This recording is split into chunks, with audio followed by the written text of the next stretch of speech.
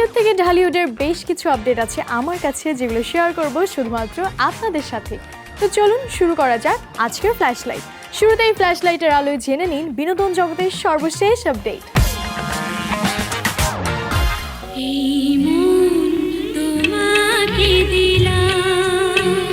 আজ কিংবদন্তি কোকিল কণ্ঠী সঙ্গীত শিল্পী সাবিনা ইয়াসমিনের জন্মদিন। ৭০ পেরিয়ে ৭১ বসন্তে পা দিয়েছেন তিনি। তার জন্মদিনে সবার কাছে দোয়া চেয়েছেন। জন্মদিন উপলক্ষে দেশের একটি গণমাধ্যমের এক সাক্ষাৎকারে এ গানের পাখি বলেন, এবারের জন্মদিন নিয়ে বিশেষ কোনো পরিকল্পনাই নেই। বাসা থেকে কোথাও যাচ্ছি না, বাসাতেই সময় কাটবে আমার। সাবিনা ইয়াসমিন ১৯৬২ সালে নতুন সুর চলচ্চিত্রে শিশু কণ্ঠশিল্পী হিসেবে রবীন ঘোষের সুরে একটি গান গেয়েছিলেন। ১৯৬৪ সালে তিনি বেতারে ছোটদের গানের অনুষ্ঠান খেলাঘরে নিয়মিত অংশ নিতেন। ১৯৬৭ সালে আগুন নিয়ে খেলা ছবিতে প্লেব্যাক শিল্পী হিসেবে আত্মপ্রকাশ ঘটে সাবিনা ইয়াসমিনের। এরপর কেবলই এগিয়ে চলা। চলচ্চিত্র অভিনেত্রী জাহারা মিতু এবার আলোচনায় এসেছেন সাবেক সেতু মন্ত্রীকে নিয়ে ঘুম পাড়েনি মাসি পিসির খবরে। এক প্রতিবাদে তিনি সামাজিক যোগাযোগ মাধ্যমে লিখেছেন, দেশের সর্বোচ্চ একজন মন্ত্রীকে মন্ত্রীপাড়ায় প্রতিদিন ঘুম পাড়ানোর নিউজ কোনো মেয়াদোত্তীর্ণ সবজি সেবনের ফলেই লেখা যায়। এর থেকে হাস্যকর নিউজ আমি আমার বাপের জন্মে দেখিনি, সত্যিই দেখিনি। তিনি বলেন, এত হেসেছি আমি নিজে, মানুষ আর কতটুকু হাসবে। কোনো সোর্স নেই, আমার কোনো বক্তব্য নেই, কোনো প্রমাণ নেই, আর আমার নাম ডিরেক্ট লিখে দিলেন।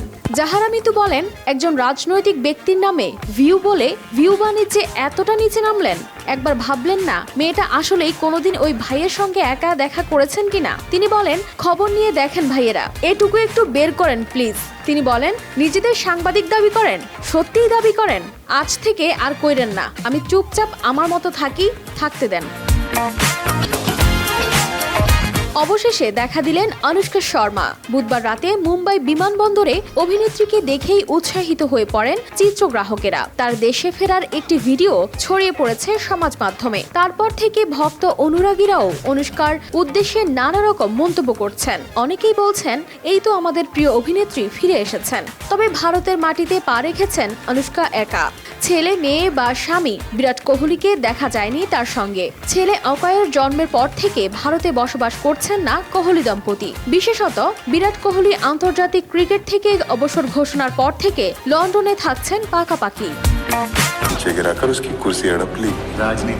কঙ্গনা রানাউতের ছবি ইমার্জেন্সি আগামী ৬ সেপ্টেম্বর মুক্তি পাবে কিনা এবং সেন্সর বোর্ডের সার্টিফিকেট পাবে কিনা সে বিষয়ে সিদ্ধান্ত নেওয়া হবে আজ। মুম্বাই হাইকোর্টে শুনানির সময় এই গুরুত্বপূর্ণ সিদ্ধান্ত নেওয়া হবে। ইমার্জেন্সি সহ প্রযোজক সংস্থা জি এন্টারটেইনমেন্ট এন্টারপ্রাইজেস ছবিটি মুক্তি এবং সেন্সর সার্টিফিকেট দাবিতে মুম্বাই হাইকোর্টের দ্বারস্থ হয়েছে। দাখিল করা আবেদনে সংস্থাটি দাবি করেছে যে সেন্সর বোর্ড নির্বিচারে ও বেআইনিভাবে ছবিটির সেন্সর সার্টিফিকেট আটকে রেখেছে। ছবিটি নিয়ে পাঞ্জাবে বিক্ষোভ চলছে এবং শিখ সংগঠনগুলো এটিকে নিষিদ্ধ করার দাবি জানিয়েছে। বিতর্কের কারণে ছবিটির মুক্তিও স্থগিত করা হয়েছে।